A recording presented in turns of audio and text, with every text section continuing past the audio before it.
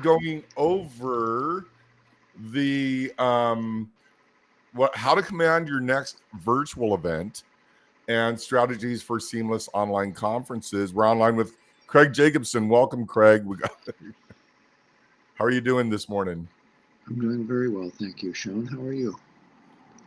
Doing pretty good. Although I did see that new Denzel Washington movie yesterday, and I ate too much popcorn, so we got to watch out for that. Um, and I also wrote this book, so I used Chat GBT to write it.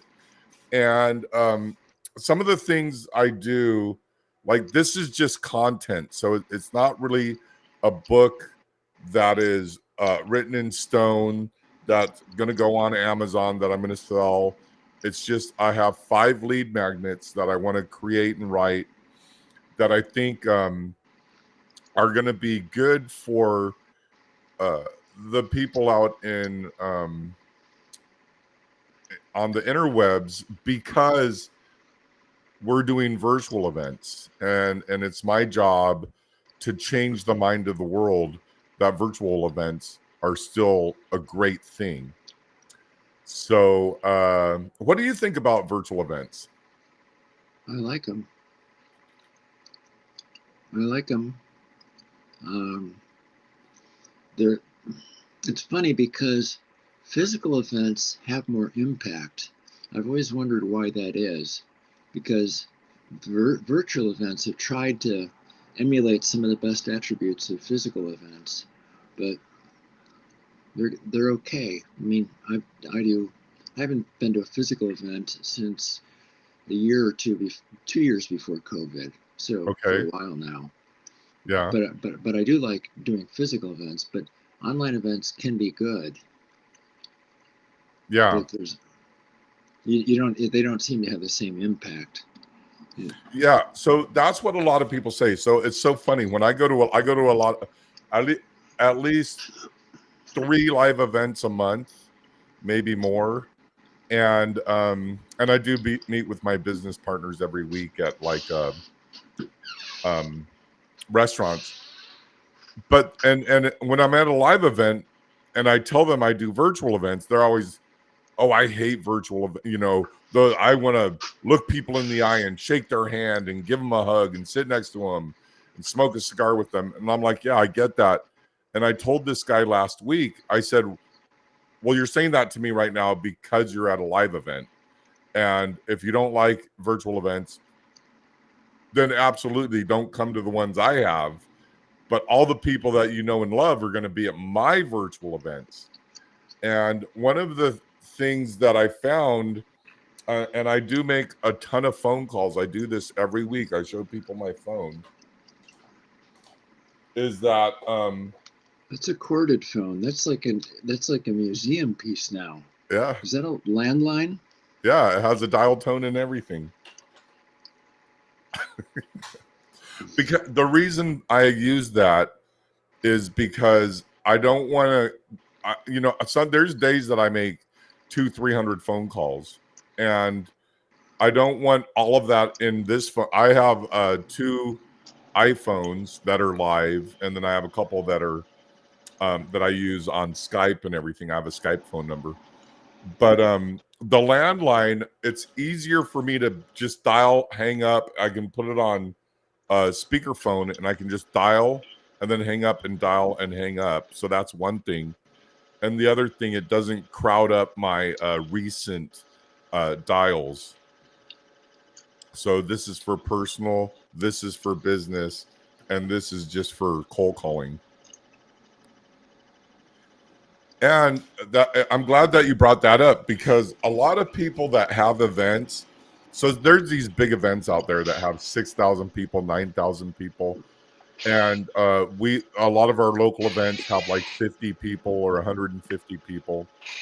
And what I found, in order to have a um, a live event and have people show up, I have to call them, I have to email them, I have to text them, and I have to tell them show up to my event because people are lazy and they can't even click link. I'm even inviting people to come here, And I'm like, all you got to do is click a link. It's 8 o'clock in the morning on Monday, and it could be it gets in the way of their office hours, when they have to work. But the bottom line is, if you're not making phone calls, if you're not sending emails, you're not sending texts, people aren't coming to your event. Anyhow, that's how that all goes. Yeah, I was thinking about, I don't know, when I go to like Traffic and Conversion or Social Media World or Icon or big events that I used to go to pretty routinely, there's thousands of people, 3,000 people, 2,000 people at it, and the huge exhibit space, and then, you got to figure out which are the particular speakers you want to go hear. So I've always gone to events as a participant in a way that's maybe different than other people. I always go with a shopping list of things I want to learn. Yeah. And so, like, some of those things are things I'm going to go into the trade show area or ask someone near booths or in booths about, what do you know about this? How do you do this? Is there somebody here that's got something that would help me learn more about that? There isn't sort of like a person you can speak to figure out which sessions to attend. If they're doing like the main stage and breakout rooms, so, you've got to read through the entire book and then create a list of all the events that you want to go see, speakers you want to go to. And then when you're physically in the room, it's like, where is that? Oh, that's in the other building. That's in the annex. It's like, of course, the stuff I'm interested in is in the parking lot under a tent rather than in the main show. And then you're figuring out, like, how do I get from here to there? And like your travel plan of like, where am I going to eat? Where am I going to go to the bathroom? When am I going to go during the course of the day, go into the exhibition rooms? And like, you plan your day. I like kind of having a sense of what I'm going to do. Yeah, that's one of the things I liked about the live events that they did. I'll just use Traffic and Conversions as an example. Is, I was going to the early ones where they were smaller, and then as they got bigger and bigger, they started doing the not the dossier, but what was it called, where you can map out what you were going to do the whole weekend. Like, I'm going to have breakfast here, then I'm going to go there, and then I'm going to go there, and this is going to take this long to walk there. An itinerary. And the itinerary. And the thing is, that was really super cool. But then I always just ended up hanging out in the hallways. One of the things I found about these live events is I would go in. So I have a few problems. I would go to see the speakers, and they would is like, I already know all this stuff. And because they're talking to the least common denominator in the room, so if they have 1,000 people in there, they can't get super nerdy like we do at Automated Marketing Summit. We get super nerdy, right? And I had the same problem with some mastermind groups that I went to, where I'm paying thousands of dollars to be in these mastermind groups, and then I'm smarter than the coach, which has happened multiple times. And then I start talking, and they're like, wow, that's a really great idea. Oh, that's another really great idea. And then I'm like, after my 10th great idea, I'm just like, why'd I spend this money? But back to the events, with the live events that you're saying, so was it a challenge to go from room to room to room to room, or yeah, what was the pros and what were the cons? Well, usually with that software that they use for TNC, you block this time that you're going to spend an hour here. And the way that I viewed it is, I would like to go sit in the back row of an event because I'm not sure that I like the speaker, because sometimes they get up on stage and they talk about something as being true, and I actually want to ask them a question saying, how did you reach the conclusion that that works? Because I've done the same thing and it didn't work. So are you wrong or did I do it wrong? And that's kind of I want to get down to that question. So you got to like listen to the whole thing to approach the speaker afterwards to be able to ask my question, which is very, very inefficient. There's other places that I don't at all agree with the speaker, that what they're saying is a truth of the world. So then I just want to talk to them after they've spoken. Yeah. And But then you don't always, I'm trying. that's actually a really great point. One of the benefits of virtual events, I'm going to make a note of this if I can Yeah. find a pen that works. You know, My book, one of my associates said that, well, I go to these events and I'm a room surfer. I surf from room after room after room, because we would, you know, get together beforehand and have a shopping list of what I'm looking for and what he or she is looking for, and then get together at breaks and at lunch and dinner, and then compare notes of how have you done on collecting information on this. But yeah. that was a lot of that was like vendor stuff and sort of like, oh, this person is a speaker that has some knowledge on this area, and you know, go get what you can of it, and then we'll see if we can engage with them or buy their book or, you know, engage with them separately later to go more in depth. But that was sort of the breaking. That was about new fields that we haven't kind of broken ground in. But if you already have experience with a technique, um, and they're saying this is the nuts, you got to do it, it works all the time. You know, my experience is the world is complicated, and the speakers oversimplify from the stage, saying, "Oh, this thing works all the time. You know, just do it. It works." You know, take it on my faith from my testimonial, from my experience, but that's not very satisfying. When I look at them in the face, I can like tell whether they really understand it by asking just a couple of questions, being in a conversation. But there is no way to sort of like stand in line and ask the questions of the speaker during the presentation for an online thing, but that would be ideal. Yeah. And I want to be able to surf from, spend, you know, 10 minutes here. Do I really like this speaker? Actually, in sort of that speaker surfing mode, I've been able to go into some things that I didn't want to spend a lot of time in. And I thought, oh, I could go to any one of these 3 sessions. And so then I would say in the first 15 minutes, I'm going to try to spend 5 minutes here, 5 minutes here, 5 minutes there, and then spend the duration of the time in the one that I think is most pertinent, that's most valuable to me, filling a hole in my knowledge. Yeah. The one thing is another thing with that, and just going back to what you're saying about you want to ask them a question. Were you wrong? Were you right? You know, because I hear a lot of people saying, you know, one of the things that bugs me is when people go, "You're doing this wrong. You're eating a banana wrong," right? Or they're always saying I'm doing something wrong, and I get what they're doing marketing wise. But with virtual events in the chat, you can always chat in there. And also, if you don't pay for the virtual event, where you can get on stage with the speaker like at our events, but if we're just streaming to Facebook, people can still ask questions on Facebook, and then your admin can go through all of those, and your admin can look at the chat, and they could say these are the questions that are being asked. And I think that's great, good. because when you're at a live event, all these people have these questions that are going to bring value to all the other attendees. And with virtual events, you actually get that interaction, that engagement, and that value that you don't get at live events. Does that make sense? It does, but there's something fundamentally different about that than a speaker saying, now I'm open to questions from the audience, and being able to see the questions that people ask and how the audience reacts. Oh yeah, that I'm interested in that too. Where you can read that when you kind of read the room, but Yeah. but it just had the admin collecting and tallying and then you responding later to it. There's a very different dynamic of not being able to sense whether your question is just so out there that nobody understands or nobody cares, or that's something that everybody was thinking and everybody was feeling.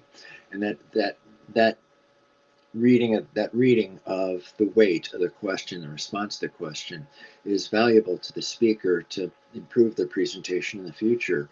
But also, like, if everybody feels like, yeah, I was confused by that too, you know, and sometimes it's like, you remember in on slide 5, you told the story of this. I'm confused. Could you explain that again? Like, that doesn't really happen very effectively with sort of like texting or, you know, Right. chatting with the admin. But also on virtual events, I can bring you up on the stage. I can say, like, I can that's what I'm saying is I can bring you on the stage and we can engage, or we can do the texting. And but in at a live event, I can bring only so many people up on the stage, but I can't see all the questions that are being asked.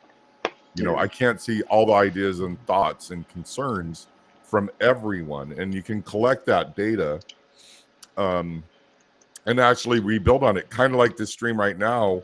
This topic right now, it for me is what I'm going to push on my audience on the benefit of a virtual event. Another thing, so I like I said, I make a lot of phone calls, and I call people all over America, Canada, people in Australia, Germany, whatever. I have international phone calling, but my point is, some people, they can't afford. Like, I was talking to this guy in the Midwest, and he's on a farm, and he's a digital marketer, but I forgot what he does, but he's on a farm, and he's like, Sean, I just can't go to these events. So he's like, I would love to attend a virtual event because he can do that. There's a lot of people that they're not ambulatory, or they have a Little some type of kids. like lung disease or something. What was it called when you have the autoimmune disease, you know, and they just Yeah. don't really want to go out, or they're weak, you know. Yeah, I had that when I was going through cancer treatment. Yeah. And I remember I got you that big card. Like, I had to drive like 5 miles to find that card, and then I took it back to the event, and then everyone poured the love into that card, and I dropped it off at your house. I mean, things like that you can get at live events. You know, you can't really get those at virtual. And so that's a benefit of the live event. And I've always wondered is why are live events so different than an online event? And I think part of it is that all you can see is this window and what I'm choosing to show you. Yeah. You know, you can't see that I don't have any pants. The focus is definitely different. Like at a virtual event, one of the things we need to say when promoting a virtual event is, tell your spouse and your children you're going to be busy for an hour or 3. You know, go rent an Airbnb or a hotel. Get out, get somewhere quiet, turn off your phone, mark everything, mark that on your calendar. Tell your administration, your team, you're not available, right? At a live event, you don't have to tell them that because they're like at a hotel and now they're in a big room. So you're away from the spouse, the kids, and the pets and all that. But at a virtual event, there's so many distractions.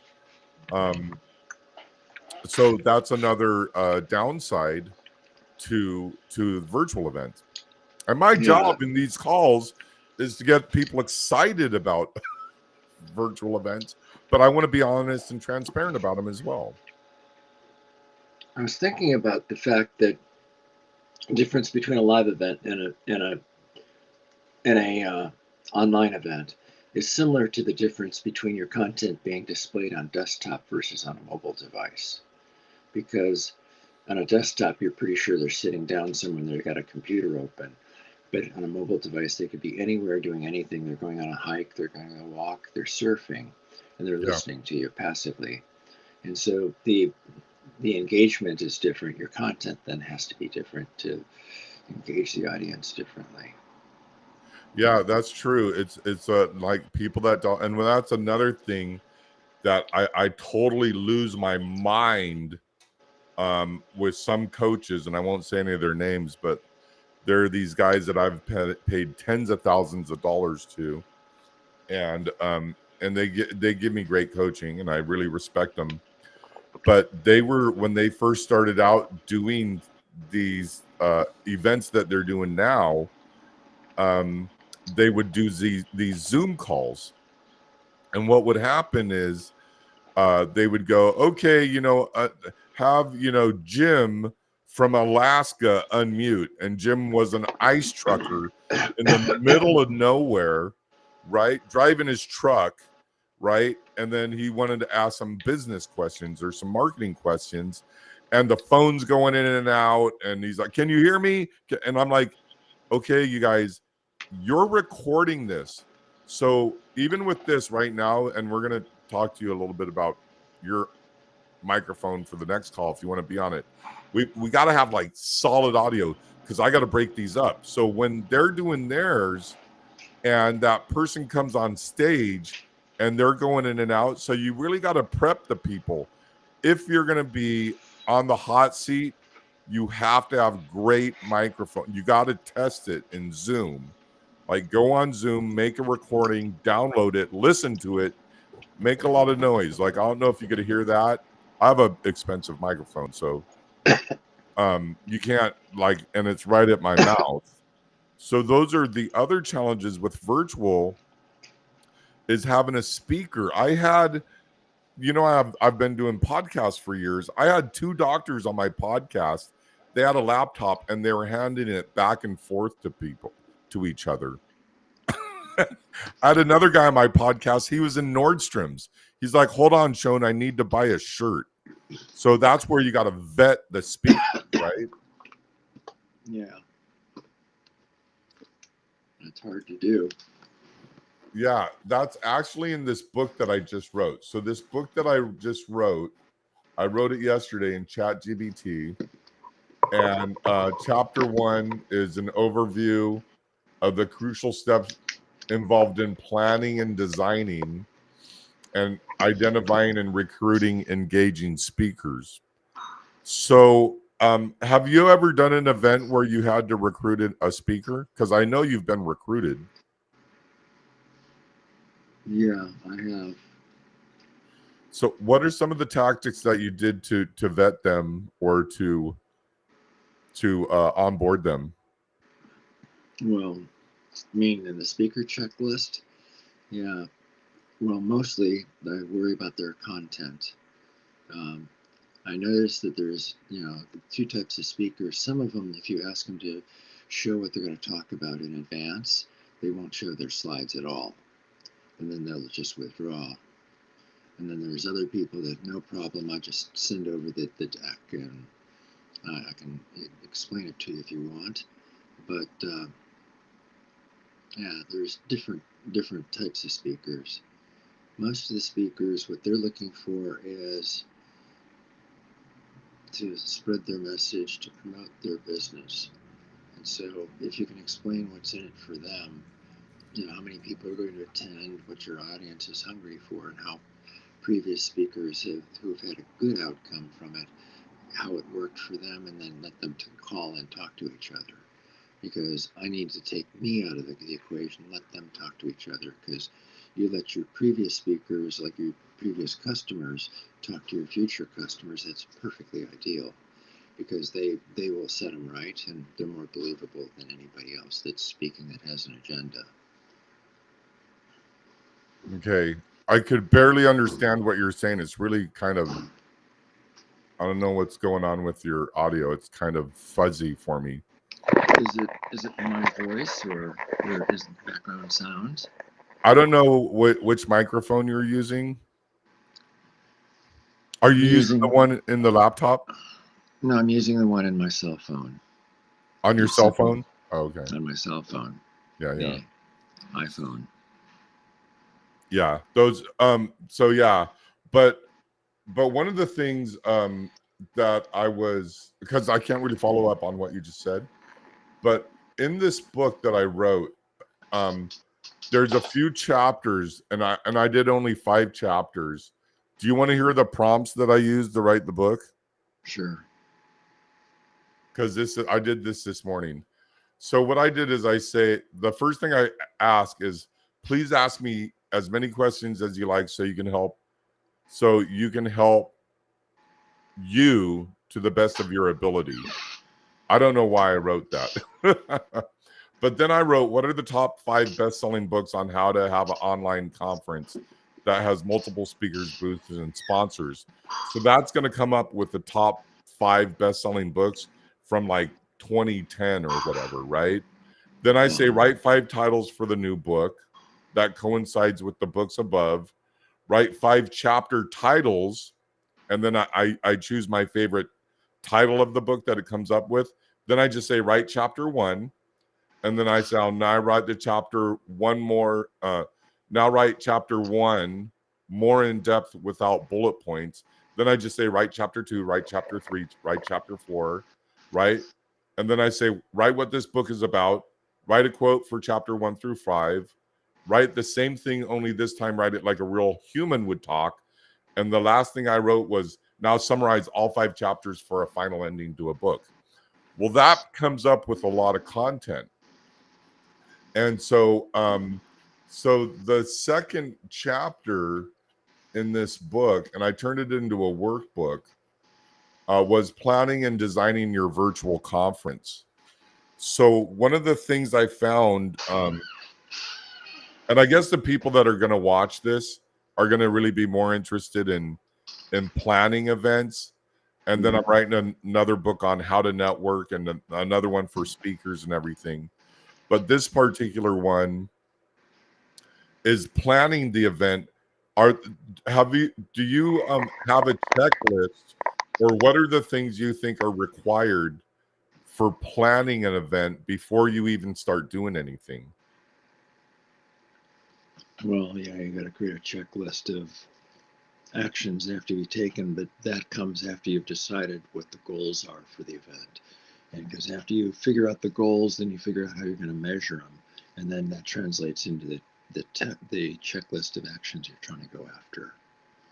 Because just having the checklist without understanding why you're doing what you're doing, in many cases means that the efforts that are exerted will fall short, because inevitably the person executing, like the VA or the staff member that's executing the task, if they don't understand what the goal of the task is, they can't do a good job of it.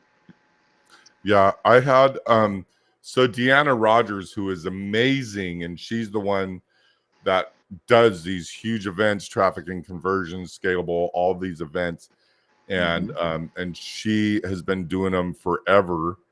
I think since she was a young teenager, probably a preteen.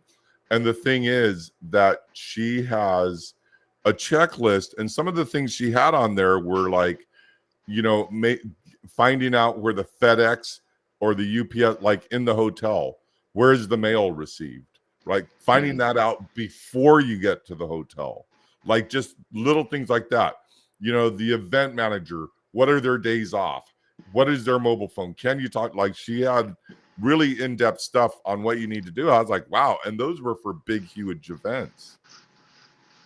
So yeah, I used to run part of the marketing for a product line that I was promoting, the business I was promoting when I worked for Johnson & Johnson.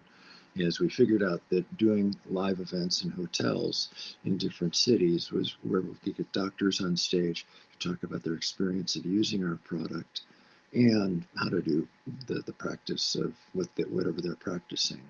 And then the audience would, the big picture is the audience would listen to the speakers describe the use of the product and the benefits of it, and then ask their questions, have lunches, have dinners, etc.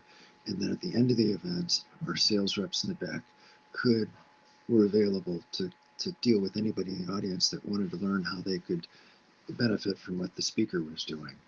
And so at one point, we were running about 90 events a year in 90 different cities.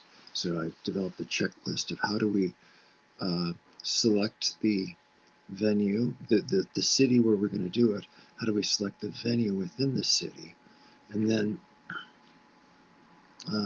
all the considerations you got to worry about, parking or restaurants or food, all these other things. You got to project yourself into the mind of the attendees and what are the questions that could come up. And for us to do our job properly, we have to be informed. So we got to ask the questions that we've been asked in the past. Every so often, I'd be running an event or physically there, not just my team doing it. And somebody would ask me a question. I think, that's great. That is a great question. That's got to go on the checklist. I should know the answer to it, but I don't. It's like, oh no, I'll get back to you. But like building a list of that's valuable, I can see why someone would want that. We should know that. And we also then, part of my checklist of, because we would ship electronics and microphones, projectors. We rented them too, but we would ship the articles, even handouts, to the hotel or the convention venue where we would do these events. And part of the checklist is who receives the shipments. Are they received in the shipping department? Where are they stored within the facility? And if we need to get there after hours, who has the key to that room so we can talk to them to be able to get in and check that, we sent 7 boxes. We got 5. We got a notification that you got 5 of our boxes. So we're interested in learning as soon as we can to get in after hours to go look at that so we can figure out which 2 are missing so we can get somebody back at headquarters to go quickly pack 2 of the missing boxes and FedEx them to it or air freight them to us or something. Right. But you've got to get very, very specific. Right. And I think that's sort of a truism of the world. Specific is what drives marketing. That's what drives the success of events. But also viewing it for this imagining what could possibly go wrong, and then being able to anticipate that beforehand. So when the inevitable things go wrong, that they don't go the way you want it, you've got the backup plan in place already. Right. Well, we're at the bottom of the hour, so we got to check out, and then we'll be back next Monday going over more of this. I did get that book over to you. We're going to get more in depth in these books. So just so everyone know that's listening, that the books we're going to be, there's a few books I'm going to write now. Watch, I can't find them. Actually, I would say that you're a co-author of those books along with ChatGPT. Yeah. I mean, it's just no one's going to read these, but it's going to be strategies for seamless online conferences, building connections in virtual conferences, tech tools for virtual event excellence, and engagement strategies for virtual conferences. Keep an audience hooked. So that's going to be the one for the speakers. So basically, these aren't really like books going on Amazon or as lead magnets. They're just basically something that I have so I can do these live streams and get some quality content out there. Okay, Craig. Well, thanks for showing up. We're gonna have to wrap this up, and I'll get this other book going. I'll send those over to you, and we'll see you next week. Okay. Your first book was good. I'd recommend it. Okay. Thank you. Well, thank you. All right.